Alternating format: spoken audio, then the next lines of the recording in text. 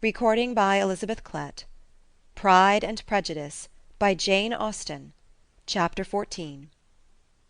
During dinner Mr. Bennet scarcely spoke at all, but when the servants were withdrawn, he thought it time to have some conversation with his guest, and therefore started a subject in which he expected him to shine, by observing that he seemed very fortunate in his patroness. Lady Catherine de Bourgh's attention to his wishes, and consideration for his comfort, appeared very remarkable. Mr. Bennet could not have chosen better. Mr. Collins was eloquent in her praise. The subject elevated him to more than usual solemnity of manner, and with a most important aspect he protested that he had never in his life witnessed such behaviour in a person of rank, such affability and condescension, as he had himself experienced from Lady Catherine. She had been graciously pleased to approve of both of the discourses which she had already had the honour of preaching before her. She had also asked him twice to dine at Rosings, and had sent for him only the Saturday before to make up her pool of quadrille in the evening. Lady Catherine was reckoned proud by many people he knew, but he had never seen anything but affability in her. She had always spoken to him as she would to any other gentleman. She made not the smallest objection to his joining in the society of the neighbourhood, nor to his leaving the parish occasionally for a week or two, to visit his relations. She had even condescended to advise him to marry as soon as he could, provided he chose with discretion, and had once paid him a visit in his humble parsonage, where she had perfectly approved all the alterations he had been making, and had even vouchsafed to suggest some herself, some shelves in the closet upstairs. "That is all very proper and civil, I am sure," said Mrs. Bennet, "and I dare say she is a very agreeable woman. It is a pity that great ladies in general are not more like her. Does she live near you, sir?"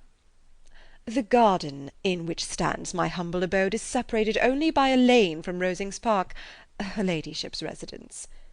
"I think you said she was a widow, sir. Has she any family?" "She has only one daughter, the heiress of Rosings, and of very extensive property." "Ah," said Mrs. Bennet, shaking her head, "then she is better off than many girls. And what sort of young lady is she? Is she handsome?" "She is a most charming young lady indeed. Lady Catherine herself says that, in point of true beauty, Miss de Bourgh is far superior to the handsomest of her sex, because there is that in her features which marks the young lady of distinguished birth.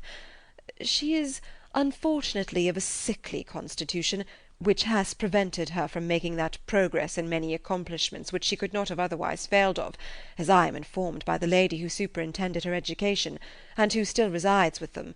But she is perfectly amiable, and often condescends to drive by my humble abode in her little phaeton and ponies."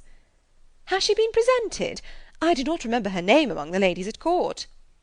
"Her indifferent state of health unhappily prevents her being in town, and by that means, as I told Lady Catherine one day, has deprived the British court of its brightest ornament. Her ladyship seemed pleased with the idea, and you may imagine that I am happy on every occasion to offer those little delicate compliments which are always acceptable to ladies. I have more than once observed to Lady Catherine that her charming daughter seemed born to be a duchess, and that the most elevated rank, instead of giving her consequence, would be adorned by her. These are the kind of little things which please her ladyship, and it is a sort of attention which I conceive myself peculiarly bound to pay." "You judge very properly," said Mr. Bennet, "and it is happy for you that you possess the talent of flattering with delicacy. May I ask whether these pleasing attentions proceed from the impulse of the moment, or are they the result of previous study?" "They arise chiefly from what is passing at the time, and though I sometimes amuse myself with suggesting and arranging such little elegant compliments as may be adapted to ordinary occasions, I always wish to give them as unstudied an air as possible." Mr. Bennet's expectations were fully answered. His cousin was as absurd as he had hoped, and he listened to him with the keenest enjoyment, maintaining at the same time the most resolute composure of countenance, and, except in an occasional glance at Elizabeth, requiring no partner in his pleasure. By tea-time, however, the dose had been enough, and Mr. Bennet was glad to take his guest into the drawing-room again, and when tea was over, glad to invite him to read aloud to the ladies. Mr. Collins readily assented, and a book was produced, but on beholding it, for everything announced it to be from a circulating library, he started back, and, begging pardon, protested that he never read novels. Kitty stared at him, and Lydia exclaimed. Other books were produced, and after some deliberation he chose Fordyce's Sermons. Lydia gaped as he opened the volume, and before he had, with very monotonous solemnity, read 3 pages, she interrupted him with, "Do you know, mamma, that my uncle Phillips talks of turning away Richard, and if he does, Colonel Forster will hire him. My aunt told me so herself on Saturday. I shall walk to Meryton to-morrow to hear more about it, and to ask when Mr. Denny comes back from town." Lydia was bid by her 2 eldest sisters to hold her tongue, but Mr. Collins, much offended, laid aside his book and said, "I have often observed how little young ladies are interested by books of a serious stamp, though written solely for their benefit. It amazes me, I confess, for certainly there can be nothing so advantageous to them as instruction. But I will no longer importune my young cousin." Then, turning to Mr. Bennet, he offered himself as his antagonist at backgammon. Mr. Bennet accepted the challenge, observing that he acted very wisely in leaving the girls to their own trifling amusements. Mrs. Bennet and her daughters apologized most civilly for Lydia's interruption, and promised that it should not occur again, if he would resume his book. But Mr. Collins, after assuring them that he bore his young cousin no ill will, and should never resent her behaviour as any affront, seated himself at another table with Mr. Bennet, and prepared for backgammon. Chapter 15. Mr. Collins was not a sensible man, and the deficiency of nature had been but little assisted by education or society, the greatest part of his life having been spent under the guidance of an illiterate and miserly father; and though he belonged to one of the universities, he had merely kept the necessary terms, without forming at it any useful acquaintance. The subjection in which his father had brought him up had given him originally great humility of manner, but it was now a good deal counteracted by the self-conceit of a weak head, living in retirement, and the consequential feelings of early and unexpected prosperity. A fortunate chance had recommended him to Lady Catherine de Bourgh when the living of Hunsford was vacant, and the respect which he felt for her high rank, and his veneration for her as his patroness, mingling with a very good opinion of himself, of his authority as a clergyman, and his right as a rector, made him altogether a mixture of pride and obsequiousness, self-importance and humility. Having now a good house and a very sufficient income, he intended to marry, and in seeking a reconciliation with the Longbourn family he had a wife in view, as he meant to choose one of the daughters, if he found them as handsome and amiable as they were represented by common report. This was his plan of amends, of atonement, for inheriting their father's estate, and he thought it an excellent one, full of eligibility and suitableness, and excessively generous and disinterested on his own part. His plan did not vary on seeing them. Miss Bennet's lovely face confirmed his views, and established all his strictest notions of what was due to seniority, and for the first evening she was his settled choice. The next morning, however, made an alteration, for in a quarter of an hour's tête-à-tête with Mrs. Bennet before breakfast, a conversation beginning with his parsonage house, and leading naturally to the avowal of his hopes that a mistress might be found for it at Longbourn, produced from her, amid very complacent smiles and general encouragement, a caution against the very Jane he had fixed on.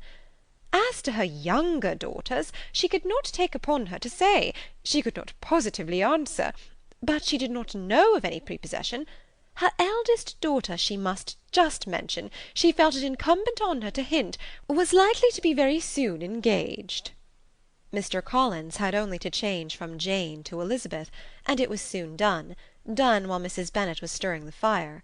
Elizabeth, equally next to Jane in birth and beauty, succeeded her, of course. Mrs. Bennet treasured up the hint, and trusted that she might soon have 2 daughters married, and the man whom she could not bear to speak of the day before was now high in her good graces. Lydia's intention of walking to Meryton was not forgotten. Every sister except Mary agreed to go with her, and Mr. Collins was to attend them, at the request of Mr. Bennet, who was most anxious to get rid of him, and have his library to himself, for thither Mr. Collins had followed him after breakfast, and there he would continue, nominally engaged with one of the largest folios in the collection, but really talking to Mr. Bennet, with little cessation, of his house and garden at Hunsford. Such doings discomposed Mr. Bennet exceedingly. In his library he had always been sure of leisure and tranquillity, and though prepared, as he told Elizabeth, to meet with folly and conceit in every other room of the house, he was used to be free from them there.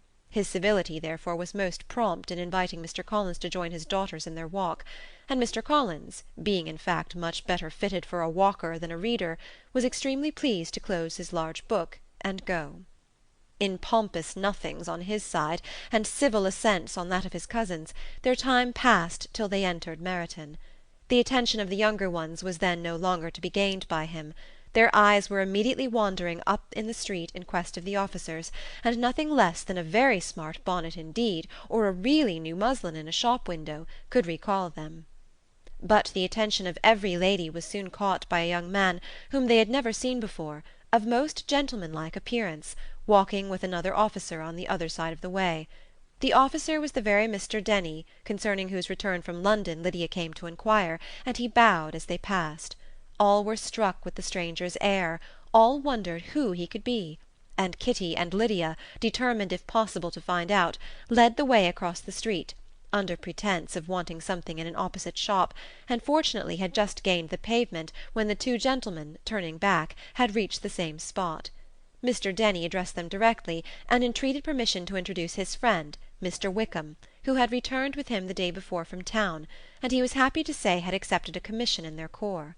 This was exactly as it should be, for the young man wanted only regimentals to make him completely charming. His appearance was greatly in his favour. He had all the best part of beauty, a fine countenance, a good figure, and very pleasing address.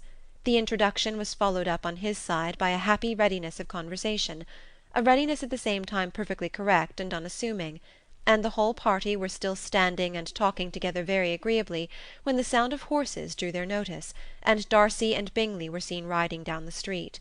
On distinguishing the ladies of the group, the two gentlemen came directly towards them and began the usual civilities. Bingley was the principal spokesman, and Miss Bennet the principal object. He was then, he said, on his way to Longbourn on purpose to inquire after her. Mr. Darcy corroborated it with a bow, and was beginning to determine not to fix his eyes on Elizabeth, when they were suddenly arrested by the sight of the stranger, and Elizabeth, happening to see the countenance of both as they looked at each other, was all astonishment at the effect of the meeting. Both changed colour. One looked white, the other red. Mr. Wickham after a few moments touched his hat, a salutation which Mr. Darcy just deigned to return. What could be the meaning of it? It was impossible to imagine. It was impossible not to long to know. In another minute Mr. Bingley, but without seeming to have noticed what passed, took leave and rode on with his friend. Mr. Denny and Mr. Wickham walked with the young ladies to the door of Mr. Phillips's house, and then made their bows, in spite of Miss Lydia's pressing entreaties that they should come in, and even in spite of Mrs. Phillips throwing up the parlour window and loudly seconding the invitation. Mrs. Phillips was always glad to see her nieces, and the two eldest, from their recent absence, were particularly welcome, and she was eagerly expressing her surprise at their sudden return home, which, as their own carriage had not fetched them, she should have known nothing about, if she had not happened to see Mr. Jones's shop-boy in the street, who had told her that they were not to send any more drafts to Netherfield, because the Miss Bennets were come away, when her civility was claimed toward Mr. Collins by Jane's introduction of him. She received him with her very best politeness, which he returned with as much more, apologizing for his intrusion, without any previous acquaintance with her, which he could not help flattering himself, however, might be justified by his relationship to the young ladies who introduced him to her notice. Mrs. Phillips was quite awed by such an excess of good breeding, but her contemplation of one stranger was soon put to an end by exclamations and inquiries about the other, of whom, however, she could only tell her nieces what they already knew, that Mr. Denny had brought him from London, and that he was to have a lieutenant's commission in the shire. She had been watching him the last hour, she said, as he walked up and down the street, and had Mr. Wickham appeared, Kitty and Lydia would certainly have continued the occupation, but unluckily no one passed windows now except a few of the officers, who, in comparison with the stranger, were become stupid, disagreeable fellows. Some of them were to dine with the Phillipses the next day, and their aunt promised to make her husband call on Mr. Wickham and give him an invitation also, if the family from Longbourn would come in the evening. This was agreed to, and Mrs. Phillips protested that they would have a nice, comfortable, noisy game of lottery tickets, and a little bit of hot supper afterwards. The prospect of such delights was very cheering, and they parted in mutual good spirits. Mr. Collins repeated his apologies in quitting the room, and was assured with unwearying civility that they were perfectly needless. As they walked home, Elizabeth related to Jane what she had seen pass between the two gentlemen, but though Jane would have defended either or both, had they appeared to be in the wrong, she could no more explain such behaviour than her sister. Mr. Collins, on his return, highly gratified Mrs. Bennet by admiring Mrs. Phillips's manners and politeness. He protested that, except Lady Catherine and her daughter, he had never seen a more elegant woman, for she had not only received him with the utmost civility, but even pointedly included him in her invitation for the next evening, although utterly unknown to her before. Something, he supposed, might be attributed to his connection with them, but yet he had never met with so much attention in the whole course of his life. Chapter 15